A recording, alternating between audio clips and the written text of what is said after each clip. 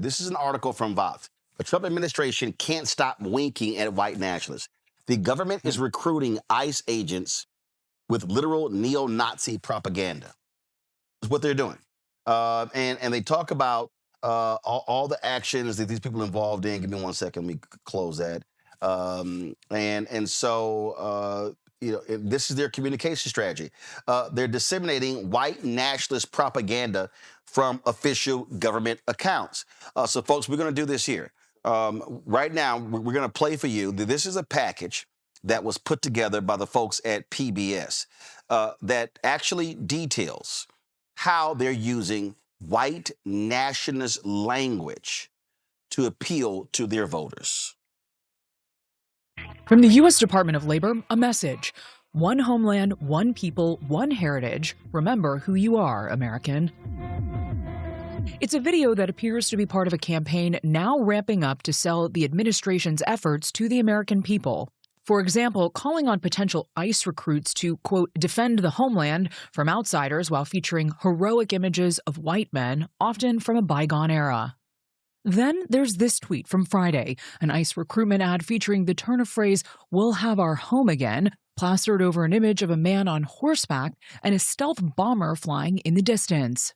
That's a reference to the song "We'll Have Our Home Again," a white supremacist anthem favored by the Proud Boys.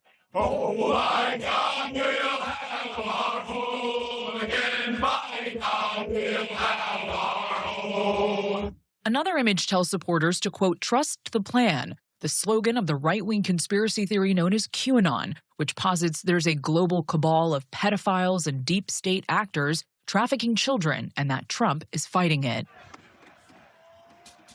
It's also a movement heavily involved in the insurrection on January 6, 2021. Last week, the Trump administration published a new website rewriting that history to blame Democrats for security failures that day and to justify the president's pardoning of more than 1,500 defendants. Weighing in on another era, last week President Trump also sat for a lengthy interview with the New York Times. He was asked about the civil rights movement and told reporters that while the landmark legislation did some good things, he said, quote, it also hurt a lot of people that deserve to go to a college or deserve to get a job were unable to get a job. So it was a reverse discrimination. A day later, Trump supporter and billionaire Elon Musk wrote 100 above this message on X, which read in part, quote, if white men become a minority, we will be slaughtered. White solidarity is the only way to survive. That's known as the Great Replacement Theory, popular in white nationalist circles that falsely claims the white population is being intentionally replaced by non-whites. For the PBS NewsHour, I'm Liz. It's NewsHour. Now, check this out. Today on Capitol Hill, that was a congressional hearing, and what's insane about that hearing on Capitol Hill is that Congressman Jared Moskowitz, he had the microphone, and he was calling out Republicans because they literally had in the audience an avowed racist, somebody who was successfully prosecuted for sedition, sitting on their side of the aisle. Okay, I want you to take that in. The Republicans literally had on their side of the aisle an individual who named Stuart Rhodes, who is an avowed racist. Okay, I want y'all to listen to this. That's totally fair. By the way, the head of the Oath Keepers is here with us in the audience. Stuart Rhodes is here today.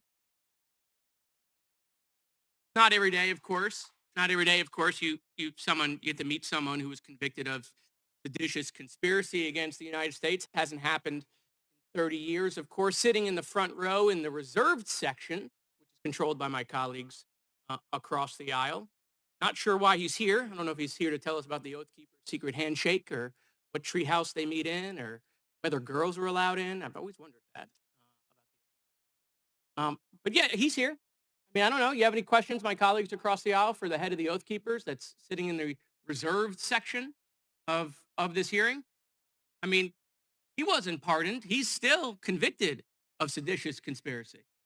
Something you guys say didn't happen, right? There wasn't an insurrection. I don't know how you get convicted of seditious conspiracy. Convicted of seditious conspiracy, and he is sitting on the side reserved. You can't sit on that side unless a Republican member of Congress gives you the authority to do so. So this ain't just MAGA. These Republicans in Congress are embracing these racists, these white supremacists, these neo-Nazis. Roland, is that for me? Yeah, it's for you, Rebecca. So let's keep it all the way real. If we're going to expose this, let's expose it. In all of our lifetimes on this panel, we've had grand wizards of the KKK actually hold elected office. Hasn't just been on the Republican side, it's also been on the Democrat side. So this is what I'm positing to the audience tonight. They never went away. They never went away. They have always been here since the foundation of this country, and they have been founding members of this country. They have existed. So we're here again, but unfortunately, many of those, especially those of us who have been in the post-civil rights generation, had assumed that just because they let us into their universities, just because they let us into their corporate offices, that the issue's sweet. It's not. So we have to band together and figure out what our path forward is. We as a community have to figure out what our strategy is, because we do have to fight back. We do have to protect our communities, but also understand that these are competing white ideologies. Like earlier, I think last year I spent time talking about what 3%ers are and what their beliefs are. So there's competing white supremacist ideologies are fighting right now to figure out who's going to hold control and the reins of government. Now, is that Black folks' fight? No, but we're still impacted based on what happens in that fight. So as a community, we have to band together and figure out our path forward through definitely the next 20 years. See, this is what all of these people, Mondale, this ain't our fight. This ain't got nothing to do with us. Oh yeah, we survived Trump last time. I think we'll be able to survive him this time. All this, and we tried to tell these fools. And there was a whole bunch of loud Negroes on YouTube and on these podcasts and on social media running their mouths saying Kamala Harris, she ain't worth this, she ain't black enough, this, that, and the other. These people are literally executing a Jim Crow 2.0 strategy. When that Louisiana versus Cali decision comes down, and when that leads to wiping out black representation in North Carolina, South Carolina, Tennessee, Georgia, Arkansas, Florida, Mississippi, Alabama, Texas, and beyond, on the congressional level, on the state level, on the county level, on the city level, on the school board level, they are wiping out grants. They're wiping out billions that was supposed to be spent for black maternal health, for mental illness, studying cancer. But yeah, Kamala, she wasn't black enough. Yeah, I mean, I guess their definition of black and what they was looking for was some Uncle Tom type shit. To be honest, let me be clear, Roland. I think it's important that we name what's going on here. Donald Trump and Republicans sitting roads up there in reserved seats. Reserved seats is an exclusion of behavior that is anti-democratic. Americans can't on one hand say we are exceptional because of our democracy and how long it's standing, and also reward people who are convicted of seditious acts, and also reward them by sitting them in the front row of the Senate while we're talking about democracy itself. This is hypocrisy at the level that is more than just damning to what's going to happen in this country or how we look outside this country. It has ramifications worldwide. We cannot say anything to Vladimir Putin when Donald Trump is behaving just like that in this hemisphere. We have no ground to stand on when black people are not will be threatened, are being threatened by policies by this presidency, both black people in this country and abroad. When you see, and as you said, when the opening of the show, when you see this government trying to tell people we will remain white whether you like it or not, because we know the policies. We enacted them before, leading up all the way up into this country's history through the 90s when we didn't let Black people come in. Now we're going to go back to those policies. So you're right. When people said Kamala wasn't Black enough, while some of those same people that said it had white women as their girlfriends and also had babies by those women, were damning. And also we're left to ask who are paying these people to show up in this way.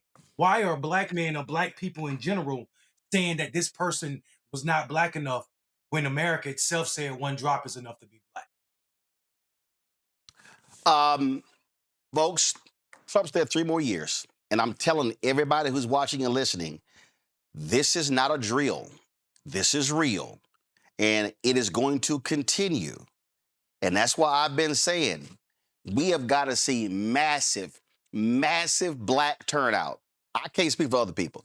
We got to have massive Black turnout everywhere. I'm talking about minimum 70% turnout of our eligible voters. Minimum. It needs to be 80, 85, 90%, because these folks are executing a whites-only strategy. It is clear. They're telling us, and they're doing it in our face. Hello, I'm Isaac Hayes III, founder and CEO of Fanbase, and I'm here with a very important message. We are at a turning point in the Black community where we must have equity in the apps we use that scale to billions of dollars. But this time, we own the infrastructure, we own the culture, and we shape the future. And Fanbase is the future. Fanbase combines the free functionality of Instagram, TikTok, and YouTube into an all-in-one platform built for the evolution of social media and monetization. With over 1.4 million users, that's real proof that we are shifting the conversation of tech ownership and equity for creators. So right now, I want you to go to startengine.com/fanbase and invest today. The minimum to invest is $399. That gets you 60 shares of stock in Fanbase at $665 a share. This marks a turning point in Black ownership of social media. If we don't take this opportunity to own social media right now, we will always be customers to our own creations. And that can't go on. So once again, go to startengine.com/fanbase and invest today. We must own the platforms where our voices live, our stories matter, and where our culture drives the world. Thank you.